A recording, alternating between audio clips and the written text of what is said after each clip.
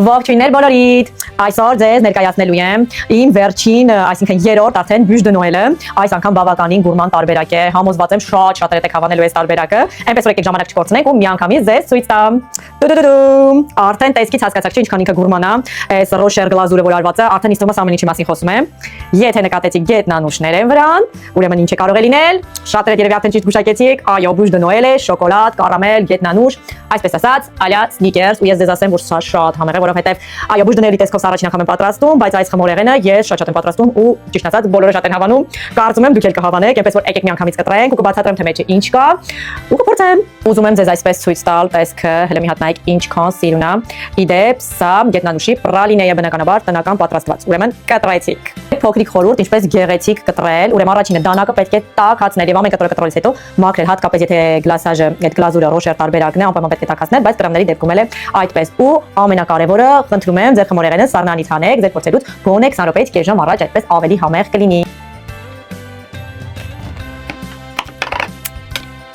Մի հատ հենց տեսեք այս գժական կտրվածքը, ասեք որ շատ սիրուն է։ Ուրեմն ինչ է մեջը։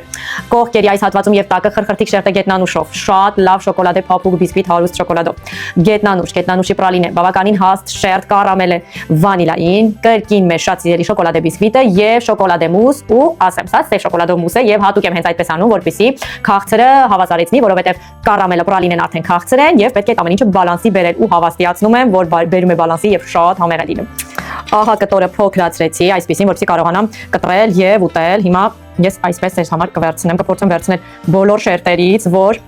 համա ամբողջական ձեզ ասեմ, օ, ինչ մեծ է։ Բայց պետք է ուտել։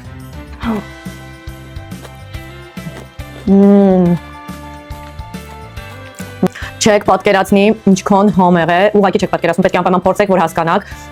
Ու նորից եմ ասելու, շատ քաղցր չէ, հավասարակշռված ու որ ուտում եք, եթե աչքներդ փակ ուտեք, կարծես հենց սնիկերս այդ շոկոլադից ուտեք, այնպես որ շատ համով է ու այս ռոշեր գլազուրն է հենց հատուկ